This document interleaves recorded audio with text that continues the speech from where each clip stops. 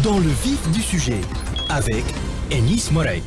Voilà, je reviens vers vous. Excusez-nous pour ce désagrément. On n'arrive toujours pas tout à l'heure donc à avoir Madame Hela Ben Youssef Wardeni, la vice-présidente de Takatol et la représentante du collectif des partis qui s'insurgent contre la décision de l'ISI, l'instance supérieure indépendante pour les élections, pour confier donc la gestion des inscriptions au département consulaire de la République tunisienne à l'étranger. Finalement, on est arrivé à avoir Madame Hela Ben Youssef qui est avec nous de Paris. Bonjour Madame, merci d'être avec nous ce matin. Bonjour à vous tous, à tous les auditeurs. Merci à RTCI et à Nice pour m'avoir invité à participer aujourd'hui avec vous à cette émission. Voilà. Alors, le 10 avril dernier, à Paris, 8 partis politiques ont dénoncé dans un communiqué. Je rappelle que ces partis sont Tayar Démocrate, le courant démocratique, le Jomhouri, le parti républicain, le parti du peuple, le mouvement du peuple, FR Tounes, Massar, Bedil, Takatol et puis le Front populaire ont dénoncé à partir donc de France le 10 avril cette campagne et vous avez souligné pas mal de dysfonctionnements. Vous avez entendu également, c'est pour cela que vous êtes revenu vers moi hier pour demander donc la parole. Vous avez écouté Sinabil Azizi et ce sont les propos du membre de l'ISI qui vous interpellent aujourd'hui pour éclaircir quelques points s'agissant de cette campagne d'inscription, mais pas uniquement la gestion même des élections législatives et présidentielles dans les circonscriptions à l'étranger et notamment en France. Tout à fait. Je vous ai interpellé pour pouvoir avoir un temps de parole et répondre à ce qu'on a entendu au nom du collectif, au nom de tous les Tunisiens résidant à l'étranger. Aujourd'hui, l'ISI doit prendre conscience que la non-mise en place des IRI est plus que dommageable pour l'ensemble du processus et pas seulement pour les Tunisiens résidant à l'étranger. Le fait de continuer à outrepasser la loi, et c'est ce qui nous a vraiment fait sortir de nos gants, c'est outrepasser la loi. On ne peut pas continuer à développer un esprit de nonchalance et un non-sérieux, ce qui risque de justifier une non-démocratie et une non-transparence dans ces élections prochaines, et c'est ce qui nous inquiète le plus. Nous sommes je le rappelle, nous sommes à 6 mois des élections législatives, à 8 mois des élections présidentielles. Nous ne sommes pas sereins par rapport à cette tenue des élections, vu ce qui se passe. Je le redis, un non-sérieux et un manque de prévision flagrant de la part de l'ISI, et pas seulement. Nous dénonçons aussi les retards accumulés depuis la démission en 2017, il ne faut pas l'oublier, de l'ex-président de l'ISI, et on est passé par des périodes d'intérim qui se sont succédées, depuis M. Mansri, après M. Anwar Belhassan, jusqu'à l'élection dernièrement de M. Bafoun. Donc l'ISI aujourd'hui, on a l'impression qu'elle est en élection permanente de ses membres. C'est ce qu'elle fait de plus, quoi. Oui, mais excusez-moi, Madame Hela Ben Youssef, focalisez-nous, si vous voulez, sur les dépassements que vous considérez donc dépassements de votre communiqué. Pourquoi avez-vous peur que les services consulaires prennent la peine ou aient cette compétence, dit-on, donnée exclusivement et de façon unilatérale, sans même consulter le conseil par le président de l'ISI, pour organiser cette période d'inscription des TRE à l'étranger? Donc, les peurs sont multiples. La première peur, c'est la non-application de la loi. Et c'est ce premier dépassement qui est inacceptable. Deuxièmement, ils ont lancé le recrutement de 19 personnes en même temps presque que le début des inscriptions. Donc, je vous rappelle que les inscriptions de ces 19 membres, leur candidat, c'est jusqu'au 12 avril. Nous, on a commencé les inscriptions normalement le 10 avril, lorsque la plateforme n'était pas en mesure d'avoir tout ce flux d'inscriptions. Donc, il y a eu plusieurs problématiques. Troisièmement, les consulats et les consulats généraux et les bureaux dans différentes régions en France et ailleurs, parce qu'il n'y a pas que la France, on est à plus d'1 million de Tunisiens résidant à l'étranger, n'ont pas eu l'information nécessaire pour se préparer à à faire le travail de l'ISI et des IRIE, parce que les consulats, il ne faut pas oublier qu'ils sont aussi en manque d'effectifs. On ne va pas leur rajouter en plus cette fonction qui leur incombe pas, et sans leur informer de ce qui se passe. Je vous donne un exemple. À Toulouse aujourd'hui, le consulat de Toulouse n'a pas mis aucune information sur l'existence d'une possibilité d'inscription au consulat. Le consulat général en France, normalement, on doit aller s'inscrire à l'UNDEC par rapport au communiqué qu'ils ont fait. Ben, je me rends compte qu'il y a des gens qui s'inscrivent à Botzaris. C'est ce qui s'est passé hier avec un collègue un camarade d'un parti. C'est-à-dire, il n'y a pas du tout d'information, il n'y a pas de campagne de sensibilisation, et ceci, ce n'est pas normal. Rappelons qu'en 2019, l'IRI avait 14 membres, plus 100... En 2014 En 2011, pardon. En 2011. En 2011, pendant la période la plus difficile, c'est-à-dire on a pu tenir ces élections avec un président d'IRI, avec 14 membres d'IRI qui ont mis en place des commissions nécessaires. N'oublions pas le travail de toute la société civile qui était d'une aide monumentale, 100 personnes volontaires, et tout cela pour arriver en 2014 avec une IRI encore moins réduite, qui a commencé avec 4 et qui a fini par 6 personnes plus coordinateurs engagés. Et en 2019, qu'est-ce qu'on a? On n'a rien du tout aujourd'hui, parce que on n'a pas l'information, on n'a pas les personnes qui sont formées pour, et encore moins de dispositifs mis en place. Et je vous rappelle que ce n'est pas une question de budget, comme il a dit M. Aziz dans votre émission la dernière fois, parce que ce n'est qu'une question d'un mois de salaire en plus à rajouter.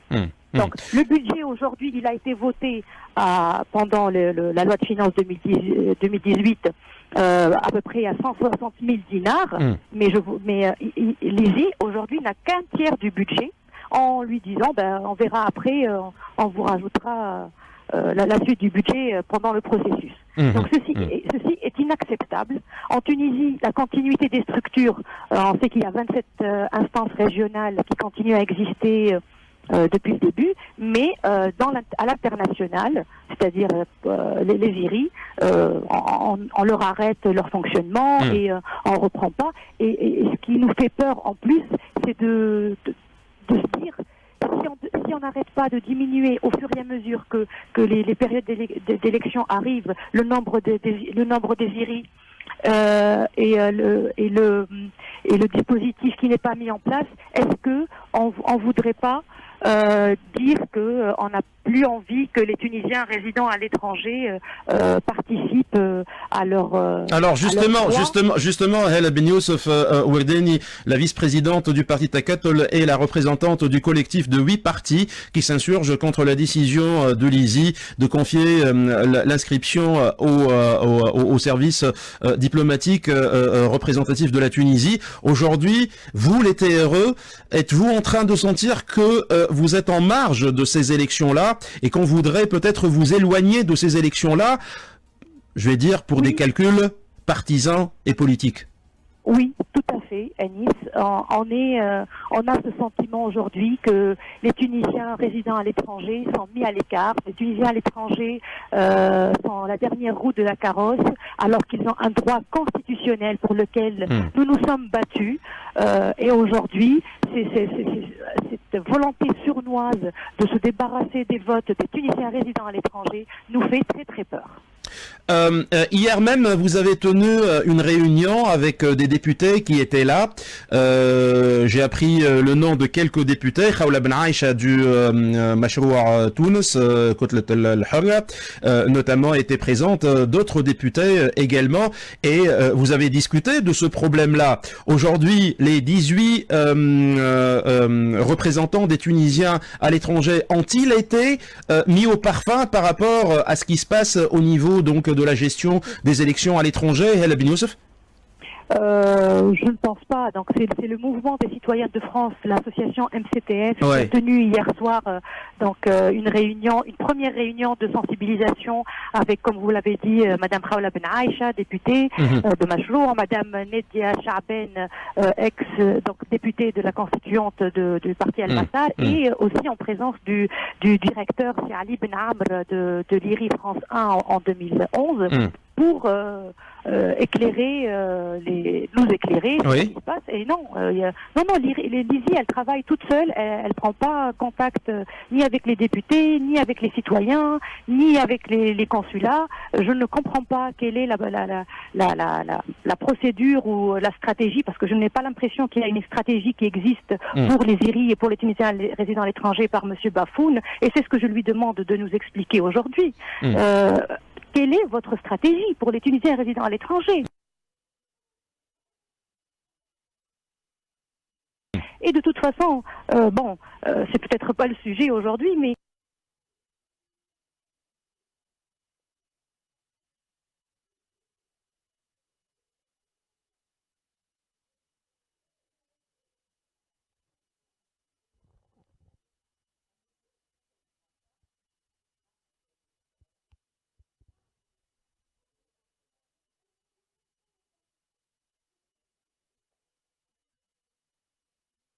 de toute façon, la stratégie générale des Tunisiens résidant à l'étranger, même au niveau de la politique générale, n'existe pas aujourd'hui. Et c'est ça qui est malheureux.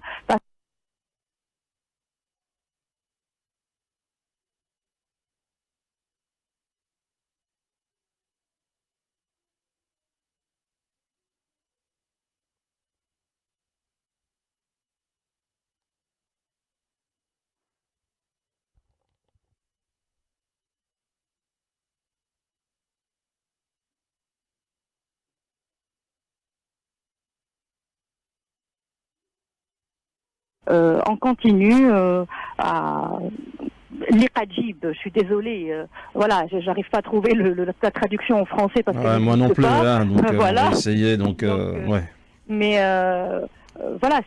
c'est un manque de sérieux à tous les niveaux, et c'est ça ce qui fait peur, quoi. Nous ne pouvons pas continuer à dépasser les lois, à risquer de ne pas prendre en compte toutes ces problématiques et arrêter de faire des calculs politiques à droite et à gauche par ces partis. Hela Ben Youssef Wardeni, la vice-présidente du parti Takatol, est également la représentante de 8 collectifs de partis qui sont en France. Dans le troisième point de votre communiqué publié à Paris le 10 avril 2019, donc dans le quatrième, vous demandez, je suis en train de traduire parce que le communiqué est en arabe, vous demandez d'arrêter l'opération de recrutement pour l'inscription que vous considérez formelle, et j'essaie de traduire, j'espère y réussir, et vous dites que ça traduit une volonté de faire passer des noms particuliers pour cette période d'inscription, en la limitant au maximum pour que les Tunisiens à l'étranger n'aillent pas voter de la façon la plus adéquate. Oui. Parce que vu ce qui se passe, nous avons envie, d'attirer vraiment l'attention, parce que ce qui est non, mais si vous dénoncez, c'est que vous avez des éléments en main. Les éléments en main, c'est qu'aujourd'hui, d'abord, on nous présente une période d'inscription du 10 avril au 22 mai pour les législatives. On nous rajoute une deuxième phase d'inscription pour les élections présidentielles. Et ceci, c'est une aberration totale. On a l'impression que les citoyens vont changer entre les élections législatives et présidentielles. Donc, nous exigeons un rallongement de cette période d'inscription jusqu'à la fin juin. Donc, qu'on arrête de diviser ces deux périodes d'inscription, une seule période d'inscription, rallongée au maximum. N'oublions pas qu'il y a le mois de Ramadan qui va arriver. N'oublions pas qu'il y a un engouement des citoyens juste avant les élections, ça leur prend à la dernière minute.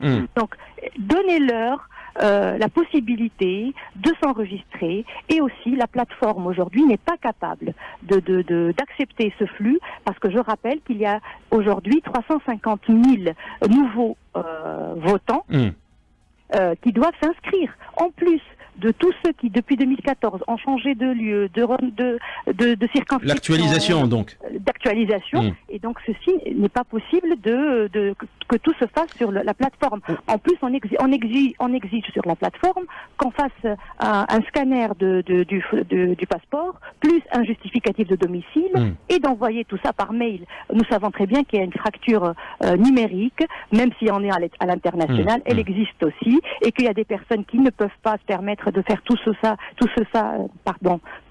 ceci par informatique, mais ils doivent se déplacer, mais ils n'ont pas l'information. Oui, mais El Ben Youssef, vous ne répondez pas à ma question. Vous dites il y a une volonté cachée de vouloir faire passer des noms particuliers. C'est ce que je suis en train de lire de votre communiqué. Avez-vous des preuves sur ce que vous êtes en train de dire ou ce que vous avez dit dans ce communiqué-là? Ça s'est passé auparavant, quand on nous a imposé des noms de personnes pour diriger certains bureaux. C'est arrivé, oui. Aujourd'hui. C'est arrivé auparavant, pas aujourd'hui. Pas aujourd'hui. Pas encore, de toute façon. Donc ce que vous êtes en train de dire n'est pas tout à fait vrai. C'est pas qu'il n'est pas vrai, mais en alerte. C'est important d'alerter avant que ça n'arrive pas. Alors, vous alertez, mais la façon avec laquelle vous alertez, c'est comme si vous êtes en train de dire c'est en train d'être fait. C'est pour cela que je vous interpelle sur cette question-là. Vous êtes en train d'induire le public en erreur aussi. De toute façon, jusqu'à aujourd'hui, on n'a personne pour s'occuper des inscriptions. Alors, pourquoi vous parlez de non? Pourquoi vous parlez de non? Ben oui, parce que si on demande à n'importe qui de s'occuper de ça dans les bureaux des consulats, on n'a pas ni la preuve, ni l'assurance que ces gens-là... N'importe qui ne signifie pas des personnes particulières. Vous êtes en train de dire, de traduire, et je parle sous votre contrôle, des personnes particulières. Alors là, vous êtes en train de parler dans le vague. Moi, je n'ai pas de nom à donner. Voilà. Alors, ce que vous êtes en train d'écrire n'est pas vrai. Ce que vous avez publié, ce point-là, va falloir le revoir, parce qu'on peut dénoncer, on peut critiquer l'ISI, mais pas également leur faire porter ceux qui ne sont pas à l'origine, Ben Youssef, excusez-moi, mais là, vous vous êtes gouré, hein, donc ces partis politiques, les 8 partis politiques, vous vous êtes gouré sur cette question particulière, et vous êtes en train d'induire le public en erreur. Non, on l'induit pas en erreur, nous alertons parce que ça s'est déjà passé et nous voulons pas que ça recommence. Et il y a un manque de confiance terrible dans ce qui se passe du moment où on n'applique pas la loi. Des personnes qui n'appliquent pas la loi, je pense qu'elles sont capables de tout faire. Donc on exige une accélération du processus de mise en place des IRI pour que on tombe pas dans l'exagération, pour superviser ce processus d'inscription. Et au niveau du consulat général, ils sont toujours en attente d'informations plus claires. Et on rappelle que aussi il y a un manquement de personnel et que on pourra pas leur rajouter une mission de plus qui ne dépend pas de leurs prérogatives. Alors nous restons au moins porteurs de messages d'espoir. Oui. Si vous permettez. Je n'ai pas terminé avec les questions. Vous pouvez garder ça à la fin. Hein. Okay. Alors une autre observation. Certains observateurs estiment que pour les Tunisiens à l'étranger, c'est un faux problème qu'on est en train d'évoquer, parce que les services consulaires, de toutes les façons, les gens ne vont pas s'inscrire dans les services consulaires, et même s'il n'y a pas une instance régionale indépendante pour les élections, donc à l'étranger, eh ben c'est pas un problème, parce que le plus important, c'est de s'inscrire, c'est d'actualiser sur au niveau de la base, au niveau d'Internet, au niveau en ligne. Qu'est-ce que vous avez à répondre sur cette observation-là? D'abord, qu'on nous donne une plateforme qui fonctionne. C'est le premier point.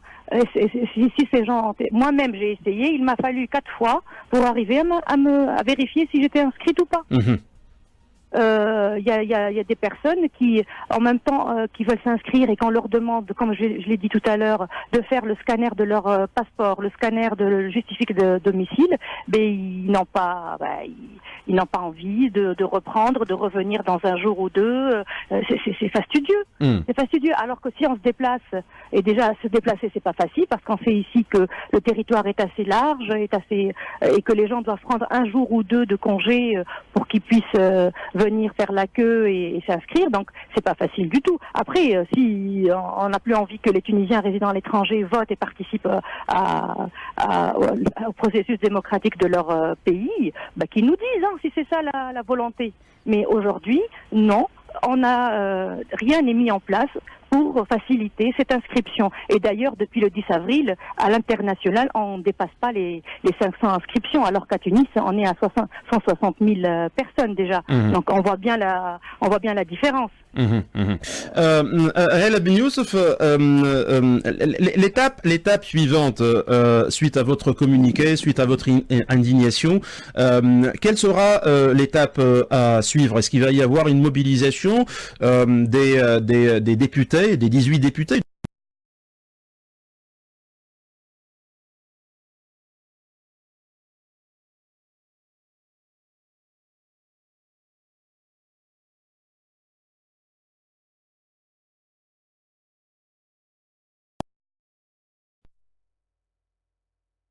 Citoyens.